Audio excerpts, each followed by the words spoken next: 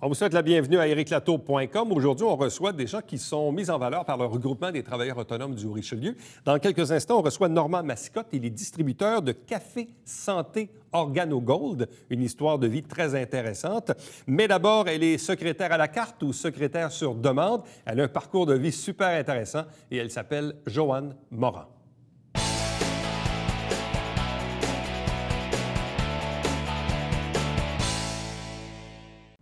À chaque mois, le regroupement des travailleurs autonomes du Haut-Richelieu met en valeur l'un de ses membres ou l'une de ses membres.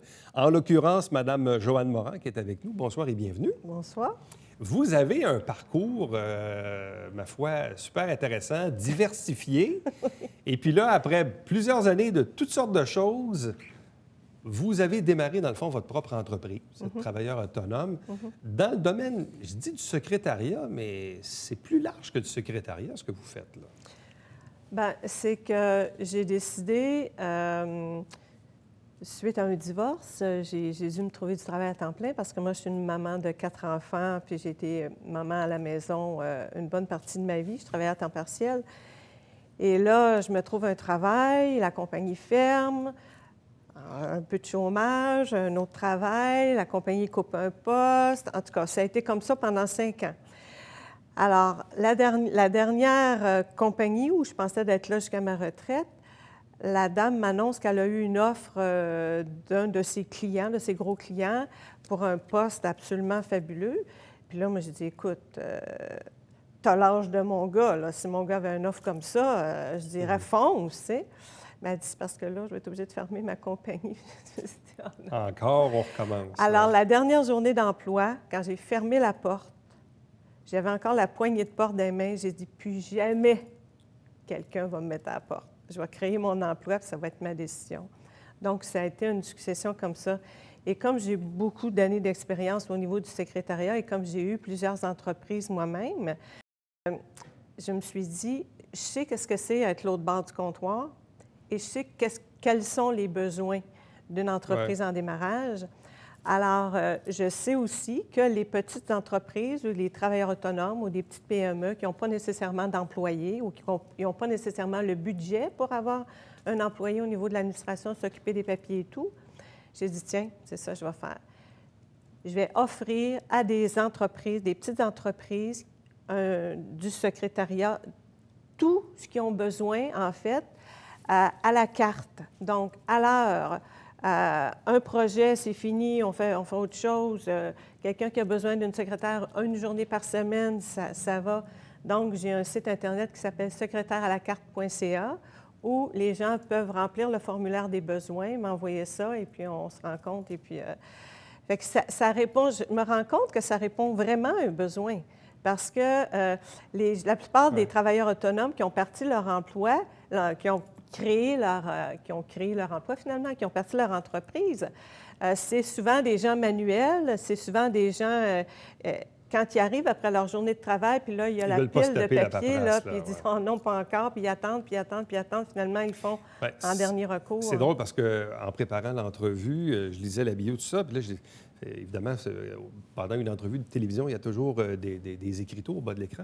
Et là, je me disais, qu'est-ce qui résume le mieux? Là, vous avez dit secrétaire à la carte. Moi, j'avais écrit secrétaire sur demande. Exactement. C'est un peu ça, dans le fond. Oui. Si vous êtes une secrétaire sur demande, donc on a besoin de vous, on vous appelle, et voilà, où c'est terminé, où j'ai besoin de vous 3 heures par semaine, ou une journée par semaine, ou peu importe, où j'ai besoin de vous 3 mois dans l'année, mais pas le reste de l'année. Oui. C'est un peu ça, dans le fond. Oui, parce que mon slogan, c'est une secrétaire à votre service sur un simple appel sans les inconvénients d'avoir du personnel. Oui, ça résume assez bien. Là. Oui. Parce qu'effectivement, aujourd'hui, il y a une multiplication de petites ou de très, très petites entreprises ou des travailleurs autonomes eux-mêmes. Oui. Je ne sais pas, moi, quelqu'un qui est électricien, mais qui est le seul, il est le propriétaire et l'électricien de la business. Exactement. Puis là, bien, là, c'est pas pire, il a son cellulaire, il peut répondre au téléphone, mais là, après ça, il y a la comptabilité ou le secrétariat, ces affaires-là. Et là, ça devient un peu lourd là, quand on a travaillé 12 heures dans notre journée. Exactement. J'ai justement eu un appel ce matin, une dame qui me dit « Mon frère se part en affaires, puis là, il me dit « Tu vas faire la tenue de livre, tu vas faire les payes, tu vas faire ça. » Mais elle dit « Moi, j'ai jamais fait ça, là. Pouvez-vous m'aider? » Fait que je fais de l'organisation. Je peux aider une nouvelle entreprise à organiser son système de classement, classer leurs papiers, s'organiser pour se retrouver facilement, puis après, bien, ils continuent. Et là, vous êtes établi ici, dans la région, depuis combien de temps? Bien, moi, ça fait 20 ans que je suis dans la région. J'ai eu une maison pendant 20 ans à Richelieu, mais ça fait 3 ans que je suis à Saint-Jean ici. 3 ans ici à Saint-Jean. Oui. Mais initialement, vous êtes natif de Trois-Rivières. Oui. Vous vous êtes promené un petit peu partout au Québec? Oui, mon père travaillait pour Hydro-Québec dans le temps. Alors, étant une famille de 8, il prenait toutes les promotions, peu importe où c'était au Québec. Alors, j'ai habité un petit peu partout dans la province, Rouyn-Noranda, Trois-Rivières, Montréal, Shawinigan. Et au moment de vos études collégiales, vous êtes allé vous chercher un diplôme en secrétariat médical? Bien, j'ai commencé, moi, mon objectif, moi, j'adore les enfants, je voulais vraiment faire enseigner à la maternelle. C'était mon objectif. Donc, après 1 an d'études au cégep, un mariage à l'horizon, mon conjoint du moment devait aller à l'extérieur, aller à Québec pour terminer son cours. Donc, ça prenait un revenu. Donc, j'ai mis ma carrière de côté et j'ai fait un cours de secrétaire médical et, pour pouvoir travailler, pouvoir amener des sous. Avez-vous travaillé dans le domaine médical quelques années? Oui, j'ai travaillé comme technicienne en électrocardiographie à l'Institut de cardiologie de Québec. J'ai travaillé en radiologie à taper des rapports à l'hôpital de Rouyn-Noranda. Puis j'ai fait plusieurs emplois là, dans ce domaine-là, parce que le domaine médical me passionne aussi. Mais vous avez été aussi dans le domaine de la santé naturelle, développement personnel, initiation aux affaires, la digitoponcture. C'est quoi ça? C'est de l'acupuncture, mais plutôt que de le faire avec des aiguilles, parce que beaucoup de gens ont peur des aiguilles, c'est un poncteur électronique, c'est un petit appareil dont la pointe est à peu près grosse comme la pointe d'un stylo, et on stimule les points d'acupuncture électroniquement.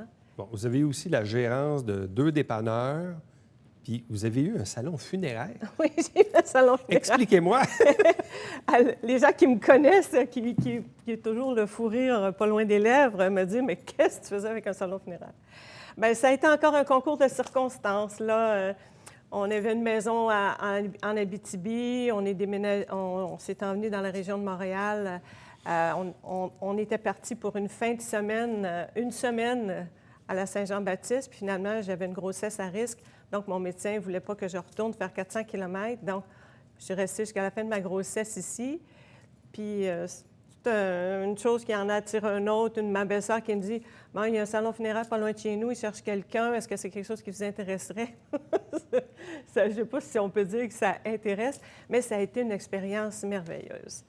J'ai beaucoup aimé le contact avec les gens. Les gens sont émotionnellement atteints, donc la moindre petite attention, on est la fille la plus gentille du monde. Et puis ça m'a appris à découvrir les fleurs. Mais c'est ça que je disais tantôt en introduction. Vous avez travaillé dans toutes sortes d'affaires, toutes sortes de domaines. Oui. Où à chaque fois, on puise de l'expérience, de l'expérience de vie. Je me dis... c'est ça la vie, finalement. Il faut savoir s'adapter, il faut savoir tirer le meilleur des situations qu'on vit. Moi, j'ai toujours enseigné à mes enfants qu'il n'y arrive jamais rien pour rien. On devient toujours une meilleure personne après qu'on a passé à travers une épreuve, puis on en a tiré une leçon, puis on va de l'avant.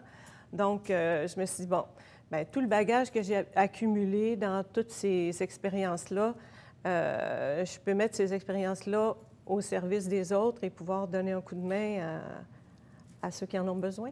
Vous avez été aussi dans le domaine des maisons d'édition. Oui, bien, c'est ça. J'avais été engagée comme réceptionniste.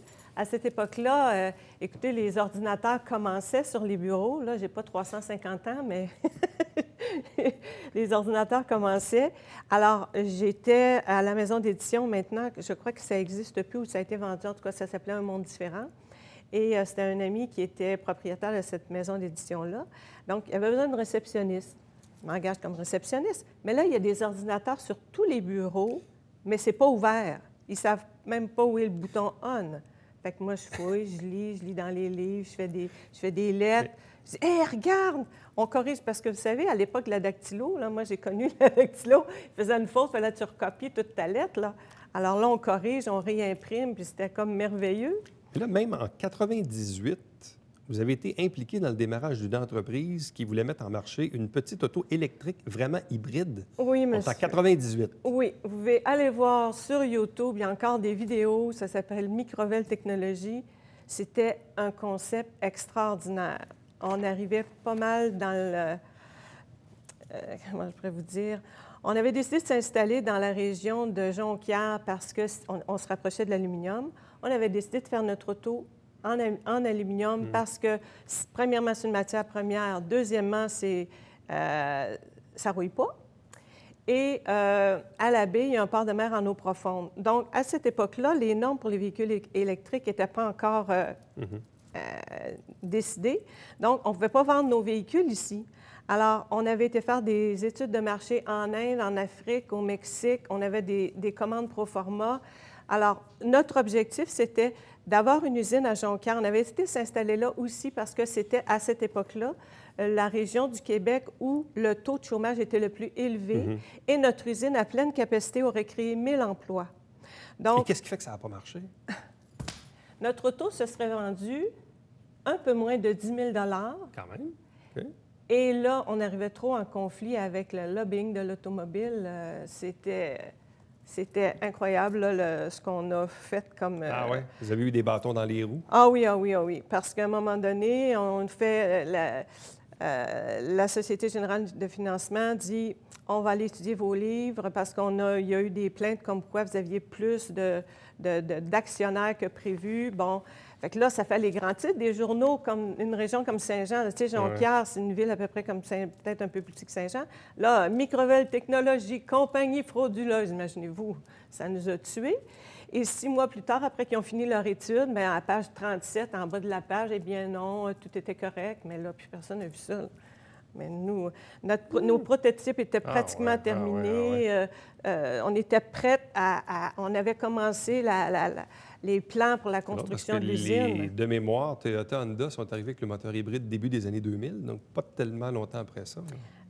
Si vous saviez tout ce qui s'est fait et toutes les découvertes qu'il y a d'une façon extraordinaire qui sont mises sur des tablettes parce que ça dérange trop, là. Les moteurs à l'eau, les moteurs à batterie, en tout cas, il y a toutes sortes de choses. Non, j'ai pas de misère à le croire. Mais c'est vraiment extraordinaire parce que nous, notre objectif, c'était qu'on vendait les autos en kit et dans les régions, dans les pays où est-ce qu'on allait, on créait des usines, on créait des emplois, on créait des usines d'assemblage dans les zones franches.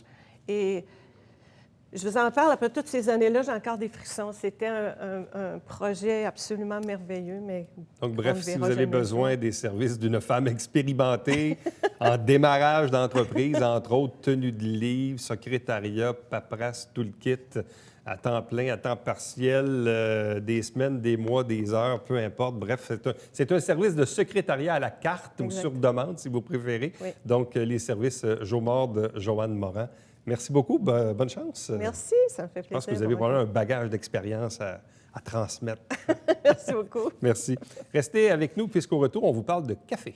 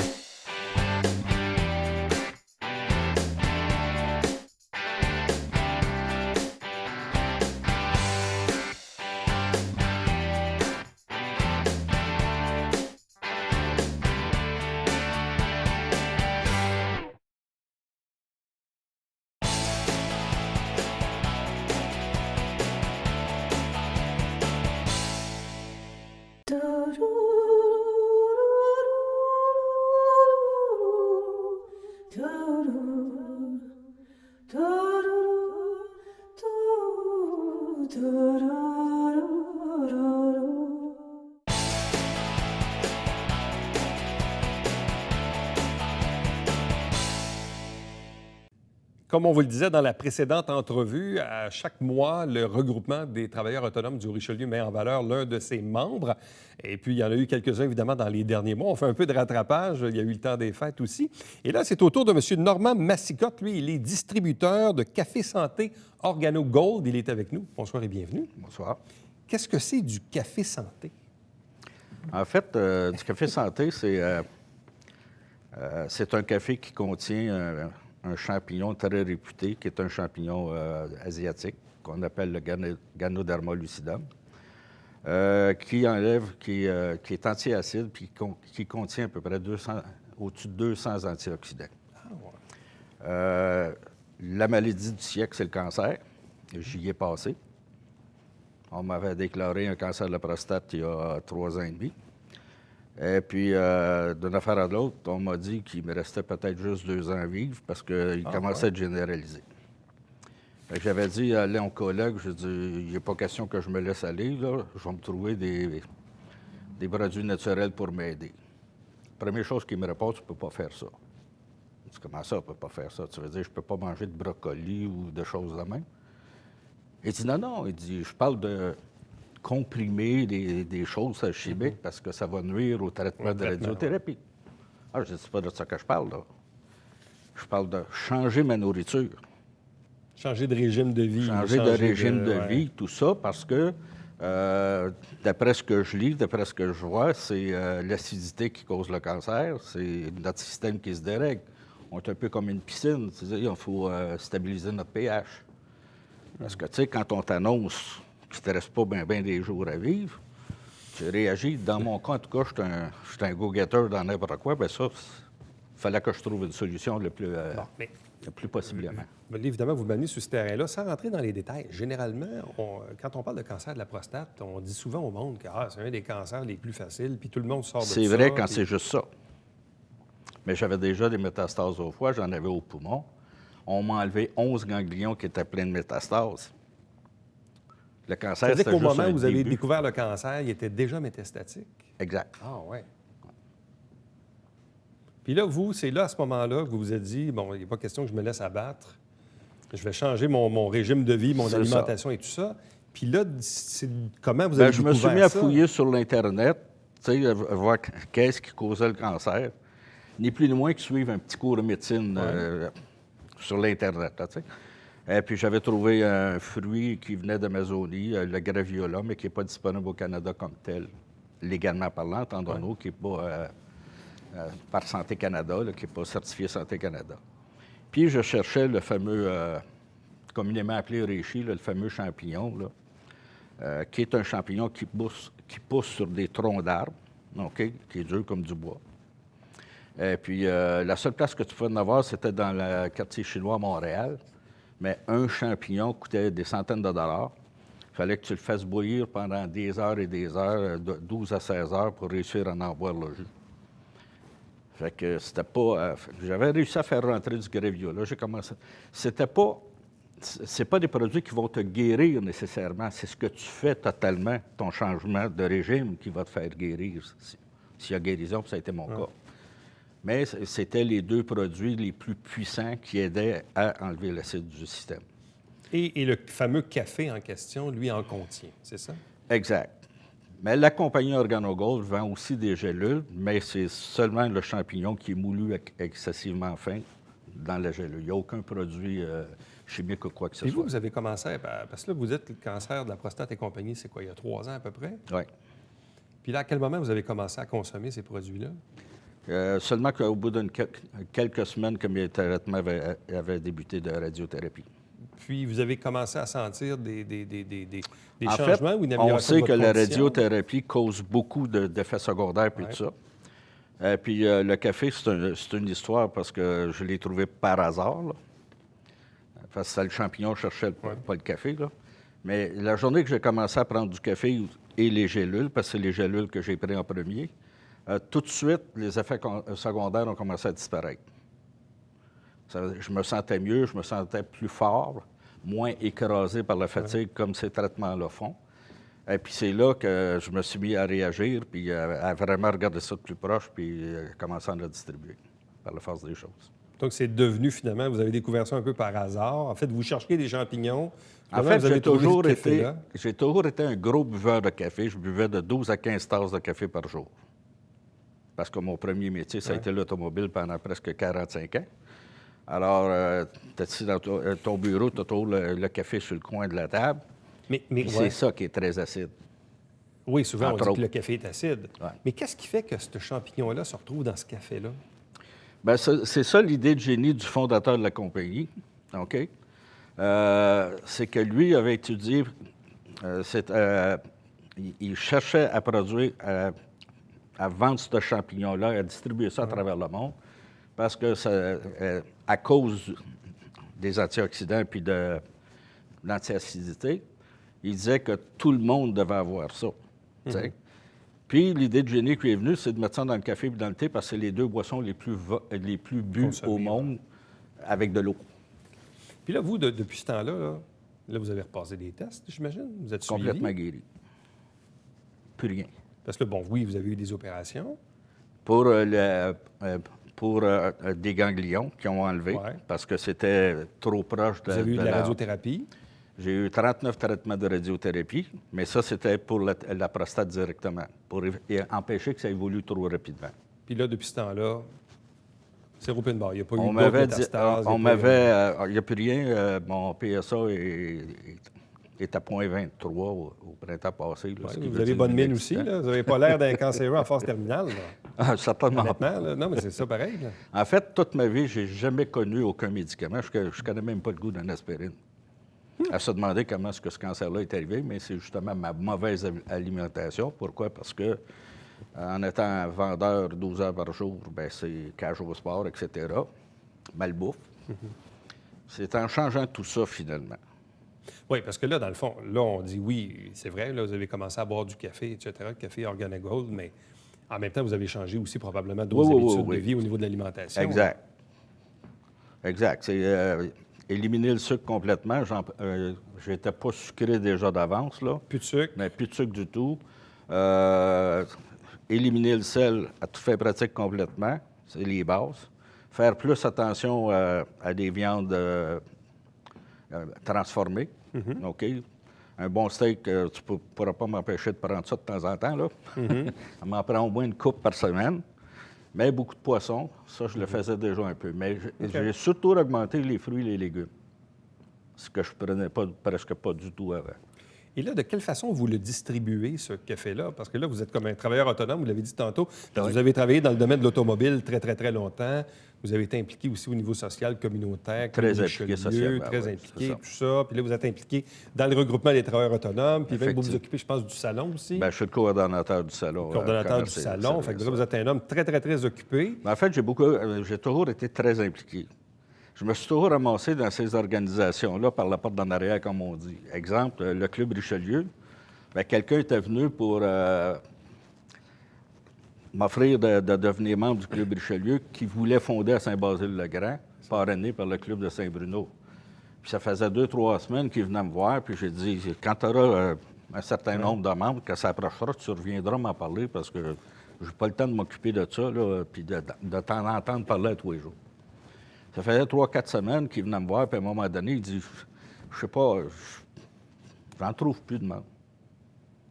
Je m'en t'en recruter, moi. C'est ça. Finalement, je me suis ramassé président fondateur du Club Richelieu à Saint-Basile. Et donc là, votre rôle de distributeur de café Organogold, là, ça se distribue comment? C'est dans quel format? C'est un panier multiple. Comment les gens achètent ça? Ce qu'on appelle multi-level marketing. OK? Si je faisais ce qu'on nous dit de faire dans ces affaires-là, puis c'est toujours la même chose, il faut travailler dans... Tu sais, c'est un job comme un autre, là, excusez l'expression. Quand on nous explique comment le distribuer, bien, on dit aller dans une place publique ou rencontrer les gens sur le trottoir, peu importe, mais offrir un sachet de café, parce qu'il y a des petits sachets de café, offrir un sachet, demander à la personne d'y goûter, et puis laissez-y le sachet seulement que ça est prêt à vous laisser votre numéro de téléphone pour que vous puissiez confirmer qu'elle l'a aimé, puis si elle y a fait du bien. Si on faisait ça, je serais millionnaire aujourd'hui. Mais je n'ai pas le temps de juste faire ça. Juste le fait que moi, je le distribue parce que j'ai une certaine réputation en tant que crédibilité. Pas en tant que vendeur, parce que j'ai toujours dit que j'ai jamais rien vendu dans ma vie. Je me suis vendu moi-même, point. J'ai déjà vendu des autos que le client ne savait même pas le prix qu'il payait. Il avait décidé qu'il apprenait. Puis là, non, combien est-ce qu'elle coûte? Combien est-ce qu'elle coûte?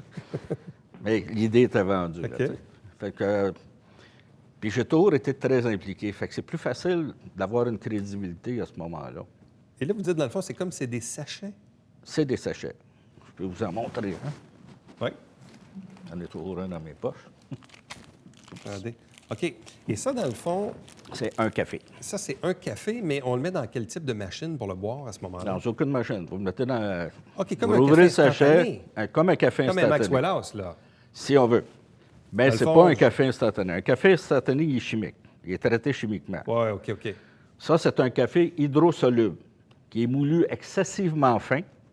Il se dissout dans l'eau? Il se dissout dans l'eau. OK. Donc, moi, je fais bouillir de l'eau chaude. Oui, Je mets le sachet dans la tasse, je mets l'eau, puis c'est fini. c'est ça. OK. Vous mettez toujours le sachet en premier, puis videz l'eau dessus. Ce que vous allez réaliser, dépendant si vous aimez un café fort ou faible, si dans 2 à 3 onces d'eau, là, vous auriez un espresso extraordinaire. Ah, ouais. Ouais.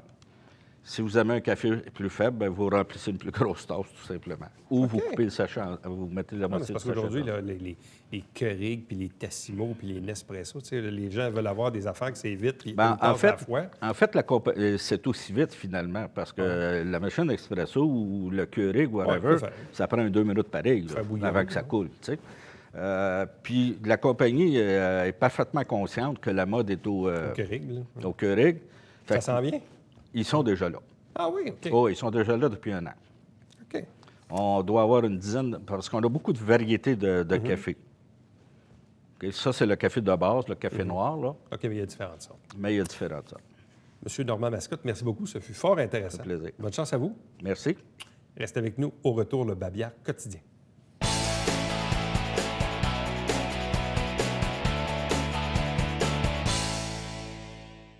On vous rappelle que le premier versement de taxes municipales à la Ville de Saint-Jean-sur-Richelieu est prévu pour le 18 février. Et comme à chaque année, depuis plusieurs années maintenant, vous avez le droit à 4 versements. À chaque semaine, on vous présente des extraits du conseil municipal. L'émission s'appelle Saint-Jean-sur-Richelieu. Et à chaque dimanche matin, c'est le Télé Bingo avec 3 500 $ en prix. Carte pleine qui est à 2 000, 30 dépositaires pour acheter vos livrets partout sur le territoire du Haut-Richelieu et de Rouville. Ça inclut également Farnham, Chambly, Carignan et compagnie. Bref, on est un peu partout. Et puis, vous rappelez également que si vous désirez avoir la liste des distributeurs, faites tvhr9.com. Sur le site Internet, vous retrouvez nos entrevues, nos émissions. Et si vous désirez me joindre, faites-le par courriel. Éric Latour en un mot à commercial tvhr9.com. À demain. Bye-bye.